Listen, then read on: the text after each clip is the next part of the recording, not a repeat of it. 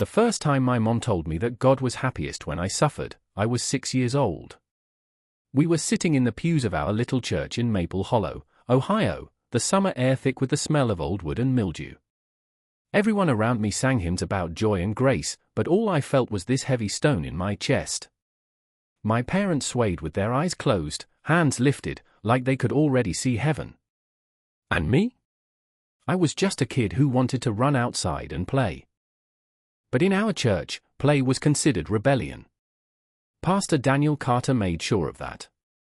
He always had this booming voice that filled every corner of the sanctuary, and every Sunday, he reminded us kids of the same rule: your body belongs to Christ. We didn't fully understand what that meant back then, but the way adults nodded along like it was the most beautiful truth in the world made my stomach twist. I watched my older sister, Hannah, become the perfect example. By the time she turned 14, Pastor Carter said she was the purest vessels in our congregation. She was chosen for intensive discipleship. That was his phrase. It meant entire weekends at the church, locked away from everyone else. She'd come home with her hair tangled, dark bags under her eyes, and this vacant look, like she'd left her soul somewhere she couldn't get back. But my parents, they beamed like she had just won the Nobel Prize. At dinner, my mom would say things like, "Hannah truly understands what it means to die to self," while serving mashed potatoes. Hannah would nod faintly, eyes fixed on her plate, chewing like each bite took effort. I wanted to ask her why she looked so broken, but every time I tried, her foot would kick mine under the table, her warning clear: don't speak. I tried everything to win my parents' approval without being chosen for those private sessions. I memorized the New Testament by age 10, fasted every Friday until I passed out during gym class, even brought friends from school to service so the church could grow. My dad would pat my head and call me faithful, but then he'd say, "Until you surrender fully, the Lord will never accept you the way he accepts Hannah." It was on my 9th birthday when Pastor Carter announced that I was finally ready for sanctification. Everyone clapped like it was my graduation day. Hannah was sitting next to him when he said it. She rocked back and forth in her chair, whispering something I couldn't hear. But the look in her eyes, it wasn't pride. It was pure panic. After service, my parents sat me down in the fellowship hall with Hannah beside them. My dad's voice was stern but proud: "God has called you to deeper obedience." My mom smiled so brightly it hurt to look at her. "We dedicated you before you were even born. This is his plan unfolding." The moment they left the table to grab coffee, Hannah leaned close, her lips barely moving. "Find a way out," she whispered. But when they came back, her voice shifted instantly, loud and cheerful: "The discomfort is just your flesh resisting, but that's how you know Pastor is working through you." It felt like whiplash. 1 second, she was warning me. The next, she was selling me out. That night, my parents baked a cake like it was a celebration. Candles. Balloons. Hannah forced a smile while I blew them out. But when bedtime came, instead of presents, I was taken to Pastor Carter's office. His hand rested heavy on my shoulder as he said, "This is the first step to true holiness." I won't go into detail about what happened in that office. All I'll say is that my body hurt in ways I couldn't explain. I felt dirty. Broken. And yet, when I cried, when I said I wanted to stop, my parents told me I was making God proud. That he smiled every time I surrendered. At first, I hated it with everything in me. I'd cry in the bathroom before every session. Sometimes I thought about ending things just to escape. But over time, something worse happened. I went numb. I learned to smile after, to whisper, "Thank you, Pastor." I felt God's presence. Automatic words that weren't mine. Words they forced into me until they came out like second nature. When we had youth testimonies, I even stood up and told the congregation how blessed I was to be disciplined. My parents clapped. The church clapped. And inside, I was hollow. The night Hannah slapped me awake was the only thing that kept me from breaking completely. She caught me praying alone in our room, my eyes closed, my lips whispering those false thank yous. Suddenly her hands were on my shoulders, shaking me hard. "Don't give in," she hissed. "That's what they want, for you to be too broken to fight." That was the night I realized I couldn't keep living like this. I had to find a way out. So I started keeping a journal. Every touch. Every whispered command. Every bruise. Every amen I didn't mean. If I couldn't escape yet, I could at least document. Maybe one day it would matter. At 9 years old, I became two people, the obedient child they paraded in church, and the secret writer recording the truth they never wanted the world to see. And even then, I thought I'd hit the bottom. But I had no idea how much darker it was going to get. By the time I turned 13, Pastor Carter had stopped calling me a child. He said I was of a vessel now. My parents were so proud you'd think I had won a scholarship to Harvard. But inside, I was starting to splinter. Hannah's warning never left me. I clung to it in the dark, whispering her words over and over, "Don't give in. Don't let them break you." It became my secret prayer, one that didn't sound anything like the rehearsed ones they made us say. But I still had to play the role. I still had to surrender when he called me into his office. I still had to smile afterward, thanking him while my stomach churned. I still had to stand at the pulpit and talk about blessings while my body screamed. To survive, I learned to split myself. On the outside, perfect daughter, perfect disciple. On the inside, cold, detached, documenting every detail in my hidden journal. That journal became my only lifeline. I hid it in the lining of my mattress, scribbling late at night by flashlight. Dates. Names. What he said. What he did. My handwriting was messy, shaking from adrenaline, but it was proof. Proof that I wasn't crazy. Proof that this wasn't just God's plan. By 14, Hannah was Pastor's most devoted example. Parents pointed her out to younger kids, "Look how strong she is in Christ. Look at her sacrifice." But I knew the truth. I saw the way her hands trembled when she thought no one was watching. I saw how she chewed her nails until they bled. I saw how she slept with the light on.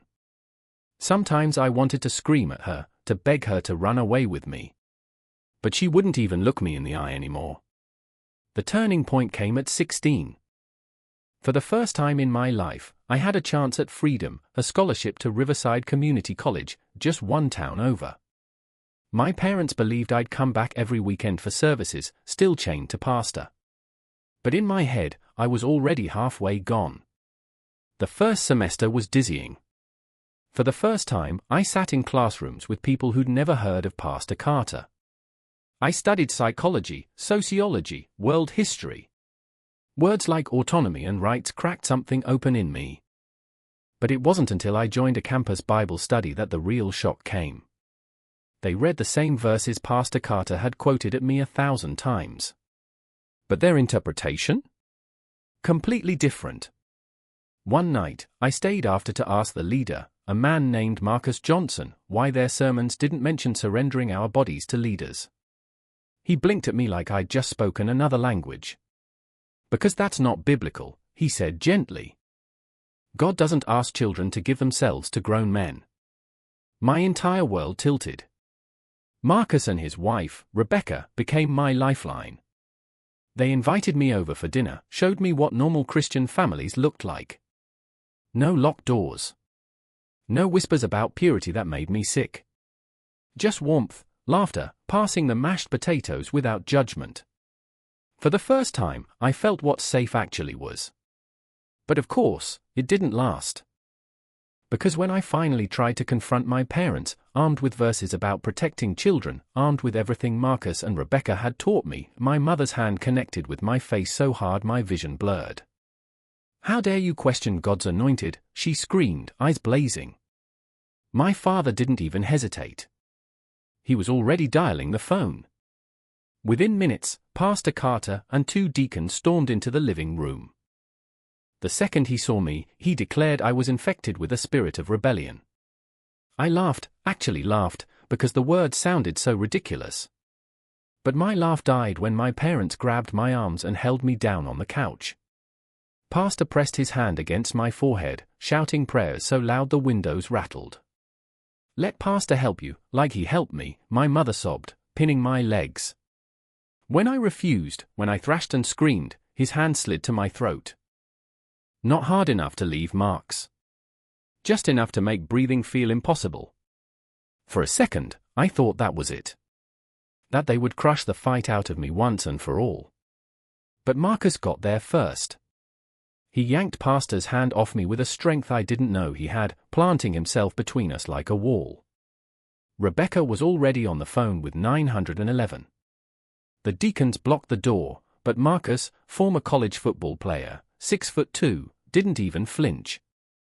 His voice was calm, almost steady, when he said, "Move. Or you'll be charged with assault." For the first time, I saw Pastor Carter's face falter. Not much. But enough. We bolted out the back door, my throat raw, my heart pounding, my parents screaming curses after me. Their voices followed us all the way down the street like chains I'd never shake off. I never went back. That night, Marcus and Rebecca set up a guest room for me in their house. It smelled faintly of lavender.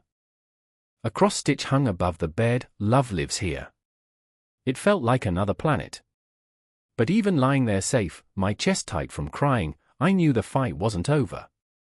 Not even close. Because the people I'd just escaped from? They didn't believe they'd lost me. They believed they were at war. And they were about to make me their number one enemy. I thought distance would save me. When I left Maple Hollow behind and started over with Marcus and Rebecca's help, I believed I could bury the past 6 feet under and never look back.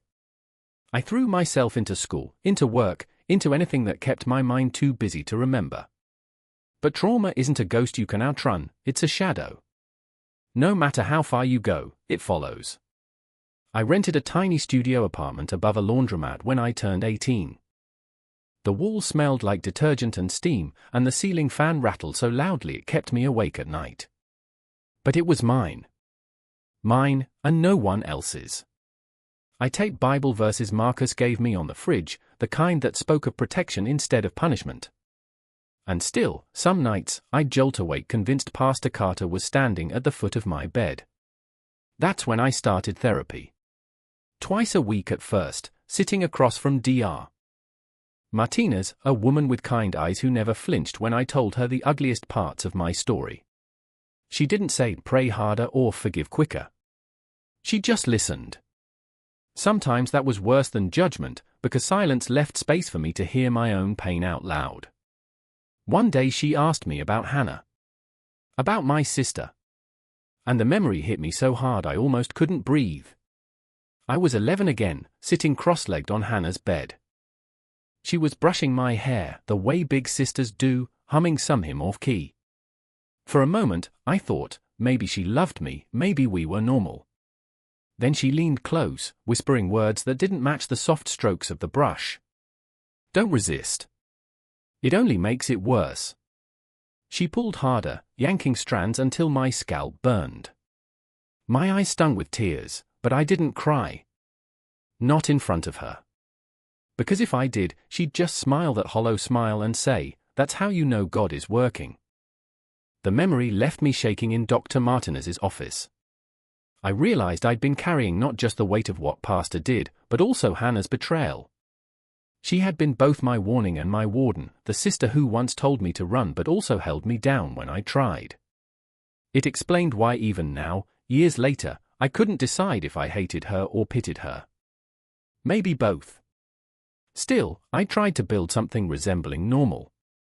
I got a job at a small bookstore near campus. The shelves smelled of old paper and safety. Customers asked me about mystery novels, not my soul. For a while, I almost felt like an ordinary college kid. Then the letters started arriving. At first, once a month. Then once a week. Envelopes in my mother's perfect cursive, each one thicker than the last. "You are dead to us. Repent before the fire consumes you. Pastor Carter is praying for your return." I stopped opening them after the fifth one, but I couldn't stop seeing them. Neat stacks on my welcome mat, waiting like landmines every time I came home. One night, I was closing up the bookstore when the phone rang. I almost didn't answer. But something in me picked up. Hello? Static. Then a shaky breath. Hannah. I knew that sound. My sister's breathing. Heavy, uneven, but hers. Hannah, is that you? My heart pounded so loud it drowned out everything else. Silence. Then, click. The line went dead. I stood there with the phone pressed to my ear long after the dial tone, my whole body trembling. She had reached out. Why? To warn me? To lure me back? To remind me I'd never really escaped? I changed my number the next morning. But it didn't matter. Because deep down, I knew they still had 1,000 ways to find me. For a while, I convinced myself things were finally settling. I graduated, got a job with a non-profit that helped abuse survivors. It felt poetic, me, the broken child, now protecting others. I thought maybe this was my redemption arc, my chance to rewrite the story. But peace never lasted long in my life. It was a rainy Tuesday night when I heard the knock. Slow. Hesitant. I opened the door, and there she was. My mother. She looked smaller. Her hair streaked with grey, her hands shaking as she clutched her purse. Her voice cracked as she said, Pastor Daniel had a vision. God told me it's time we fix this family. She cried about my father's weak heart, about how much they missed me, about how things would be different now. For half a second, I almost believed her. But then she mentioned that special prayer retreat pastor had already cleared his weekend for. He's ready to help you heal, sweetheart, she whispered. I shut the door in her face before she could say another word. My hands were trembling so badly I had to brace against the wall to stay upright. Because I knew exactly what she meant by healing. And I also knew that if they had found me once, they would find me again. 2 weeks after my mother showed up at my door, my world shattered again, this time from the inside. It started with Timothy. He was kind, patient, the first man I ever trusted enough to love. He knew my story. He held me when nightmares shook me awake. He promised I wasn't broken. For a while, I believed him. Then one morning, over coffee at our favorite cafe, he cleared his throat and wouldn't meet my eyes. My pastor says, he paused, fiddling with his mug. He says, your past would taint our future. That you're too damaged to build a godly home. The words cut deeper than anything Pastor Carter had ever said. Because this time, I'd let myself believe in hope. I later found out my mother had been calling Timothy's church. Showing up there, actually. Telling them I was possessed. Handing out old family photos like evidence. She even called my workplace, warning them that I was dangerous, unstable, a witch. My boss pulled me aside one afternoon, his face uncomfortable. We've gotten calls. About your background. His voice lowered. Is there something you should tell me? Shame burned so hot I could barely speak. I quit before they could fire me. For the second time in my life, my mother had ripped away the ground beneath me. I moved apartments. This one had a doorman who actually cared about security. I filed for a restraining order, spending hours in a courthouse that smelled like old paper and despair. The judge skimmed my paperwork, sighed, and slid a pamphlet across his desk, family counseling. I wanted to scream in his face, this isn't a family dispute. This is war. But no one outside understood. For a while, things were quiet. I got a new job processing medical claims. Numbers didn't care about my past. Numbers always added up. My supervisor, Lawrence, a gruff ex-Marine, only asked if I could meet deadlines. I could. I even let myself relax. Joined a library book club. Adopted a cat named Noodle who loved to nap across my keyboard. Life almost felt normal. Then one Monday morning, I walked into my office building and froze. She was standing by the security desk. Hannah. Same modest dress, hair yanked into a bun so tight it made her look older than 28.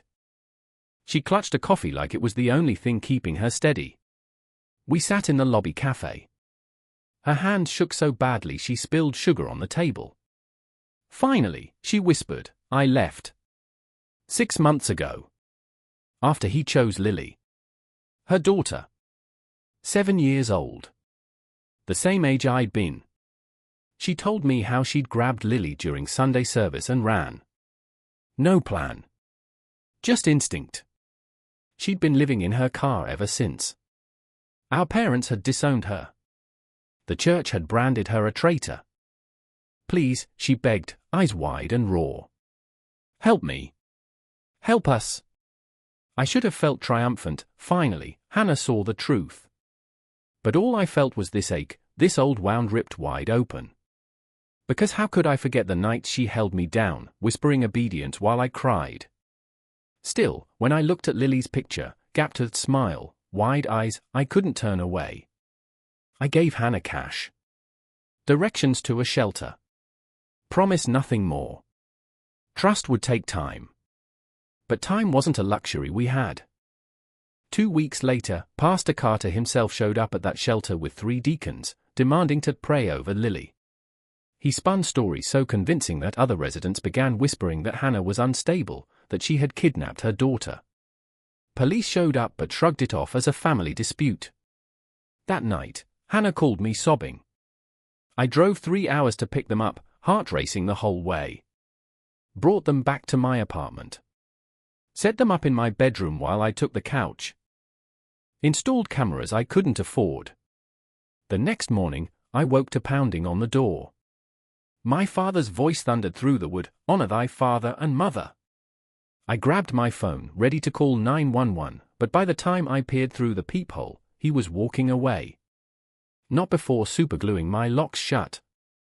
I had to call a locksmith and miss work. Lawrence grumbled, but didn't fire me. That week, my tires were slashed. 3 out of 4. Just enough so insurance wouldn't cover it. Bible verses tucked under my windshield wipers. Dead flowers mailed to my office. It was like being 13 again, trapped, suffocating, except this time I wasn't the only one in danger. One night, after another threatening voicemail, Hannah whispered, "We should just go back. Give them what they want. At least Lily will be safe." I grabbed her shoulders, forced her to meet my eyes. No. That's what they count on, that will break. We're not breaking this time. But deep down, I wasn't sure. Because every day, the walls felt like they were closing in. And I had no idea what would come first, escape or destruction. The night everything came to a head, I wasn't even at home. I had taken Hannah and Lily to a safe house run by a woman named Donna, a survivor like us, someone who knew the system inside and out.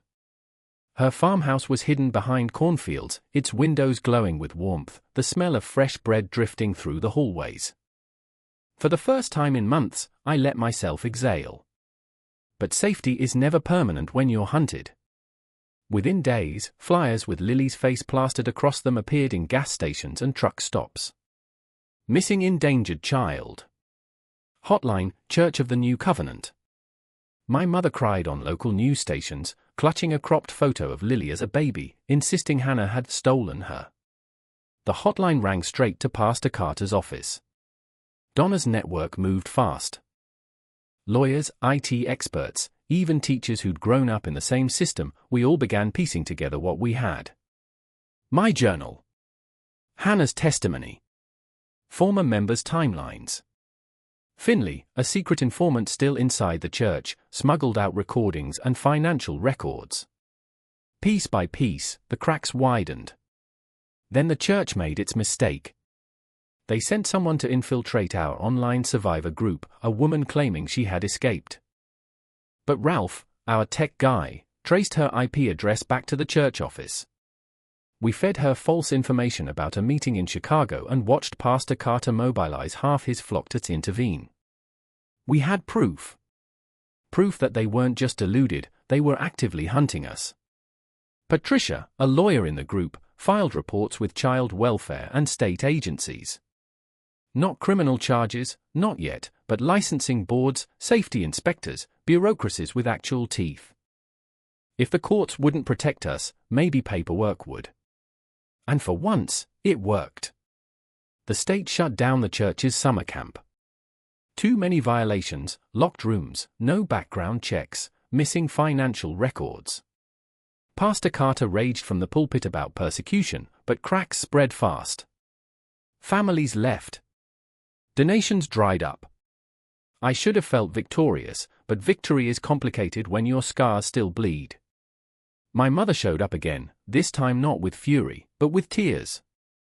She said the church had abandoned her, that even Pastor Carter had turned his back. She begged me for forgiveness, clutching a showbox of my old drawings and report cards she'd somehow saved. At the bottom was Hannah's childhood diary, full of confessions and half-scribbled apologies. Part of me wanted to slam the door. Another part of me, the little girl who once starved herself to delay her fate, wanted to let her in. I settled for coffee at the lobby cafe. No promises. No embrace. Just two broken women sharing silence over bitter cups. The lawsuits the church filed against us eventually fell apart. Truth is a defense, Patricia said. Every testimony we had was backed by documents, recordings, witnesses. They tried to bury us in paperwork, but instead, they buried themselves. And then, almost anticlimactically, it ended. One Sunday morning, Pastor Carter announced that God had called him to missionary work in South America. Within a week, he was gone, along with two of his most loyal deacons. The church collapsed without him. Their finances were a mess. The building was sold within 6 months. Later, we learned he'd never made it to South America. He'd been detained for financial crimes, extradited back, and quietly sentenced to 5 years in federal prison for fraud and tax evasion. Not for what he did to us, not for the children he stole, but for money. It wasn't justice. But it was enough to stop him. The building where it all began was repurposed as a community center. The basement where I'd once been paraded as a faithful disciple now housed a food pantry. The sanctuary where Pastor Carter had preached submission hosted AA meetings and yoga classes. Life bloomed in the very place he had tried to destroy it. And me? I kept going. Therapy. Work. The survivor network that had grown into a movement. I watched Hannah rebuild, Lily grow into a teenager untouched by the worst of it, my mother stumble toward redemption one small act at a time. I even found love again, slowly, carefully, with someone who didn't flinch when I told him the truth. Some nights I still dream of Maple Hollow, of pews and hymns and my mother's proud smile as Pastor Carter laid his hands on me. But when I wake, I see different things, a cat sprawled on my bed, my sister's texts lighting up my phone, a niece who calls me her hero. The nightmares fade quicker these days. Because we won.